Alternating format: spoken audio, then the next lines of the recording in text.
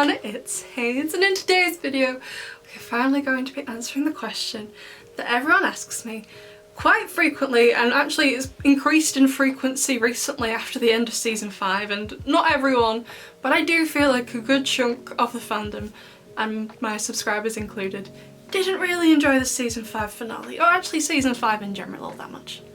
And I am one of them. So everyone's been asking me how I would rewrite Miraculous Ladybug. As I think most of you know, I am a professional writer. I have a degree in creative writing, a master's in creative writing, a master's in script writing. I am nearly done. I am finishing off a PhD in creative writing, and I am also a published author. So like I said, I am a professional writer. So I've made some little notes about how I would rewrite Miraculous, and this video is going to be deceptively short, so keep watching till the end, okay? Like, we're not going to rewrite it in this video, so just wait, give it a minute. Okay, so the first thing I would change, as in the first big thing, because there are many minor things I would change, but the first big thing I would change is the romance, in that I would have a lot more of it. So, as I think a lot of you know, I'm not the fondest of superheroes. I am watching Miraculous because of the love square, due to the romance. If there was no love square, romance, whatever, I don't think I would have kept watching it. I might have been intrigued at first, I've been a bit like, ugh. So I'd include more romance, and yes, of course, my rewrite would not be for the current age target, which is 8 to 10 years old. It would be for at least like 13 plus, which would allow for more romance in this rewrite. I wouldn't be writing for children. My specialty as a writer is writing for teenagers and young adults. So I wouldn't keep the target audience. I'd also change that and allow for more romance. Romance is literally the only thing I write and the only thing I read. Actually, one of my friends, I've been asking her like, hey, what kind of books do you read? So I'm thinking of getting her a couple of books as a Christmas present. And she said adventure books, found family books, and absolutely no romance anywhere. And I'm like, I don't think I've read a book like that since I was 7. I don't know any books like that. So if you know any books like that, she doesn't watch my videos, please leave them down below because I don't know what to get her. But anyway, back to Miraculous. So I would include a lot more romance, and I'm gonna make a whole video on the love square and how it was executed if I haven't already, because I really feel like the romance let things down in season 5. So that's the first thing I change, more romance. The second thing, this is like the other big thing, is with the superheroes. As I said before, I'm not the biggest fan of superheroes, although they've definitely grown on me after having watched Miraculous. However, there is one superhero that has always been an exception, and that is Batman.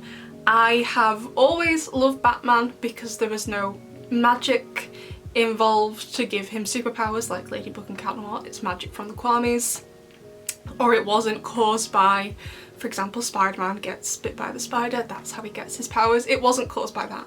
Bruce Wayne's superpower is that he is a millionaire, or a billionaire, I can't remember which one it is. He is very rich, that is his superpower. He has lots of money. But also, in addition to that, another reason why I like Batman, and when I say Batman this time, I mean like the wider like Gotham world, the world that Batman's stories take place in, is that I like it's kind of more realistic, it's grungy. A lot of you know as well, I'm a science fiction writer, and my science fiction speciality is dystopia, so I kind of like the dystopian feel that Gotham has, so I really enjoy it for that. And of course the whole thing isn't realistic, but it kind of offers this like science fiction commentary, especially like where class is concerned. Like one of my favourite Batman characters is Jason Todd, who I think is the second Robin.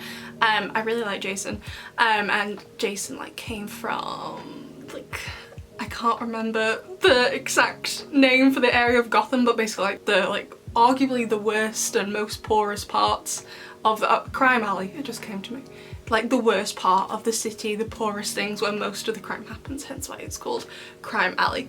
So, and then obviously Bruce, who ends up taking him in, is ultra rich, and they have like this clash between them because of the class disparity between them, but it also looks at other things. Batman looks at many things. That's why I really like Batman. So I enjoy the commentary it offers, especially around social classes. If you didn't know, I am British and we have massive social disparity here. So I don't know if it's the same in other countries or maybe it's just called something different, but we have something called the North-South divide. So in the south is where London is, and that whole area, so London and the surrounding suburbs and boroughs, get a lot of money from the government for development, whereas the north, where I am, hardly gets any, and as a result there is a massive class divide between the two sides of the country, literally the north and the south. Don't get me wrong, it's not as black and white in that. There are some not very nice places in the south, including in London itself, and also some really nicer places up north, but just more like generally speaking, that's how the country is structured.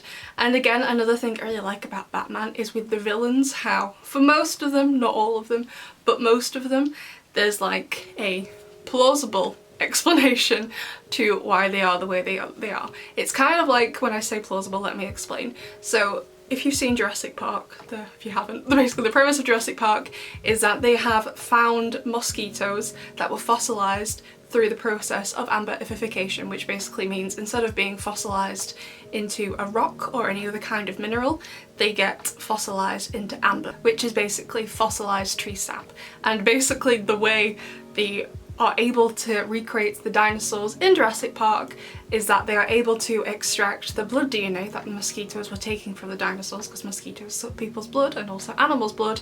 They take the blood that was gained from the dinosaurs and they sequence the dinosaurs' DNA from their blood. So whilst it seems like a plausible thing to do, it isn't actually possible to do that, but it gives a plausible and realistic explanation that isn't either of those things, but it seems that way to the audience. It has some sort of explanation.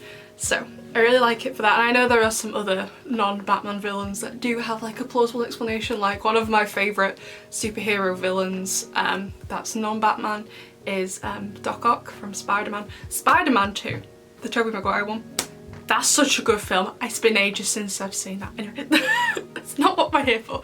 So, in basic terms, my rewrite would have more romance. And like I said, my science fiction specialism is in dystopias. So we're going to keep it set in Paris, except this time we're going to utterly destroy Paris, but not destroy it cat-like destruction.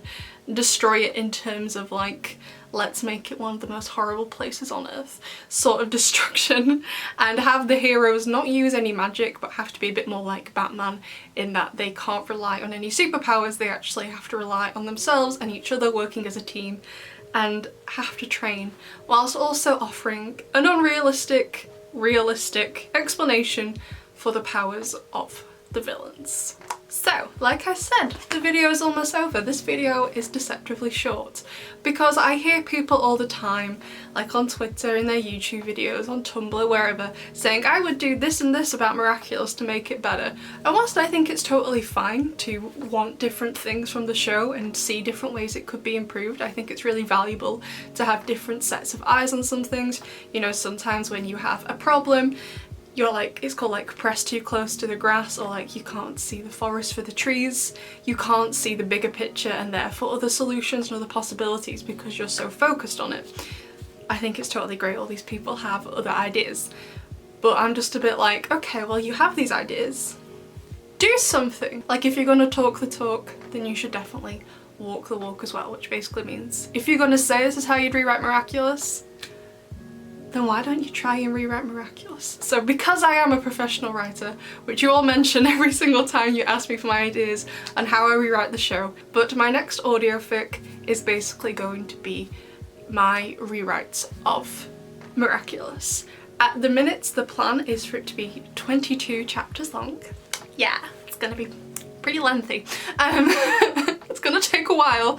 I've already written 3 of the chapters. The fan art is good to go for the first chapter, and the first chapter will be up this Saturday. So I know after the season 5 finale, I said for the time being there's going to be no Saturday videos, but I've looked at all the video ideas I currently have, and if I replace, like for example on Thursday the audio fic goes out and I've got 22 chapters, so 22 videos, I lose a lot of time to do other videos, and I've got loads of video ideas. and I want to do both. So any Saturday uploads for the time being anyway will be for the audio fic chapters. The audio fic will be called Nobody Else, and Marinette, Adrian and everyone else from that age group are going to be 21 years old in this fanfiction, so they're going to be quite a bit older. But there's also going to be quite a lot of flashbacks to things that happened in the past, because the past at various points is very important to the telling of the story. However, like I said, it's going to be set in a dystopian version of Paris, and this version of Paris is not very nice. It is really nothing like the one seen in the show. It's not a very nice place. And as a result, there is going to be a warning on each and every chapter for scenes of death, scenes of murder, and scenes of torture.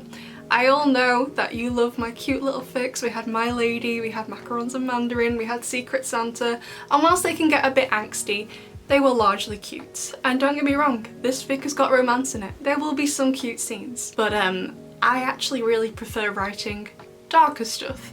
So that's going to be in this audio fic. So there will be warnings at the top of every single chapter to remind you before the chapter begins, but I'm not going to tell you which chapters these things happen in. You'll be reading it at your own risk. I'm eventually going to post the fic on Archive of Our Own, AO3, and if you don't know, on AO3 when you post a fic you're expected to put tags to let people know the sorts of things that happen in this fic, so they know if they might like it or if they should stay away from it, because something happens that they're not going to like for whatever reason.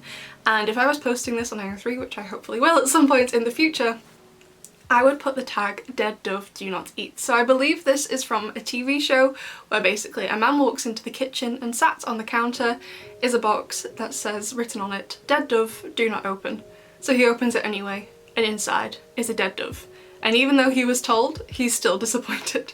So I'm telling you now, some not very nice things are going to happen in this fic, and if you read it and you still don't like it, the responsibility is entirely on you for reading it in the first place. However, that being said, even though there are going to be scenes of death and murder and torture, I'm also really excited for those of you who want to read something like that to read something like that. I'm really excited about it. I hope you all really like it, and yeah, I can't wait to hear what you'll think. I'll see you in the next one. Bye!